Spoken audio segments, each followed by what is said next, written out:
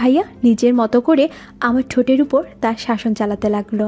ভাইয়া যখন তার নেশাগ্রস্ত, তখনই দরজায় কেউ একটা নক করলো। দরজা ধাক্কানোর শব্দে আমি চমকে উঠলাম। নিজেকে ভাইয়ার কবল থেকে ছাড়ানোর চেষ্টা করছি, কিন্তু ভাইয়া তাতে কোনো ভ্রুক্ষেপই হচ্ছে না। মনে হচ্ছে না যেন দরজা ধাক্কানোর শব্দ তার কান অবধি পৌঁছেছে। এদিকে দরজা ধাক্কানোটাও ক্রমাগত বেড়েই চলেছে। এবার মনে হচ্ছে আমি কেঁদেই দিব। কীরকম একটা অবস্থায় পড়লাম আমি। এদিকে আরমান ভাই, ওদিকে দরজার পিছনে আগন্তুক। না জানি দরজার পিছনে কে দাঁড়িয়ে আছে। আর যদি সে আমাকে আর ভাইয়াকে এক ঘরে দেখে নেয়, তাহলে যে কি কেলেঙ্কারিটা না হয়ে যাবে। বেশ কিছুক্ষণ পরেই ভাইয়া আমাকে ছেড়ে উঠে বসলেন, আর আমি ছাড়া পাওয়ার সাথে সাথে এক লাফে উঠে দাঁড়ালাম। দরজায় ধাক্কা ক্রমাগত বেড়েই চলেছে। একটা বড়সড় ঢোক গিলে ভাইয়ার দিকে অসহায় দৃষ্টিতে তাকালাম। এখন কি হবে? কেউ যদি এত রাতে আপনাকে আমার ঘরে দেখে, তাহলে তো সর্বনাশ হয়ে যাবে। আমি কথাটা যতটা দুশ্চিন্তার সহিত বললাম, ভাইয়া ততটা দুশ্চিন্তা হলো বলে মনে হলো না।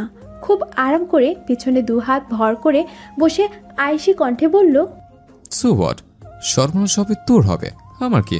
আমি তো ছেলে মানুষ, এটা ওটা বলে কাটিয়ে দেব। তবে তোর কি অবস্থা হবে সেটা তুই ভাব। ভাইয়ের কথা শুনে এবার আমার রাগ হলো, প্রচণ্ড রকমের রাগ হলো।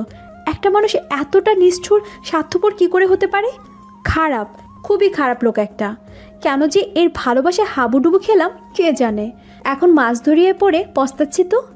একদম ঠিক হয়েছে, আমি এইটাই ডিজার্ভ করি। আমার মতো মেয়ে এমনটাই ডিজার্ভ করে। কাজিনকে ভালোবাসবে তাই না?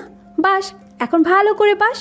আমার কান্না পাচ্ছে, ভীষণ কান্না পাচ্ছে। কেঁদে কেঁদে বন্যা বয়ে দেওয়ার ইচ্ছে করছে। সব কিছু ভাসিয়ে নিয়ে যাক এই বন্যা। পৃথিবীর কোনো কিছুই যেন বাদ না থাকে। এই পৃথিবীর সব কিছু নির্দয়, পাষাণ, স্বার্থপর। আমার ভাবনার বিচ্ছেদ ঘটিয়ে আবারও দরজার ধাক্কার গতি বেড়ে গেল। এমনভাবে ধাক্কাচ্ছে যেন এক্ষুনি দরজাটা ভেঙে ফেলবে। কোনো উপায় না পেয়ে বাধ্য হয়ে গুটি গুটি পায়ে এগিয়ে গেলাম দরজার দিকে। দরজা খুলতেই হুড়মুড় করে বড়মা ঘরের ভিতর ঢুকে এলো। বড়মাকে দেখে ভয়ে আমার বুকে হৃদস্পন্দন থমকে গেল। এখন কি হবে? বড়মা তো ভাইয়াকে দেখে ফেলবে। কথাটা ভাবতে বিছানার দিকে চোখ যেতে আরমান ভাই ওখানে নেই। ও মা, গেল কই লোকটা? এক্ষুনি তো এখানেই ছিল। ভ্যানিশ টেনিশ হয়ে গেল নাকি? তবে যাই হোক না কেন, আমি তো এই যাত্রায় বেঁচে গেলাম। এইটাই ঢের বাবা। একটা স্বস্তির নিঃশ্বাস ফেলে বড়মার দিকে তাকাতে বড়মা আমার দিকে তীক্ষ্ণ দৃষ্টিতে তাকিয়ে বলে উঠল, এতক্ষণ ধরে কি করছিলি?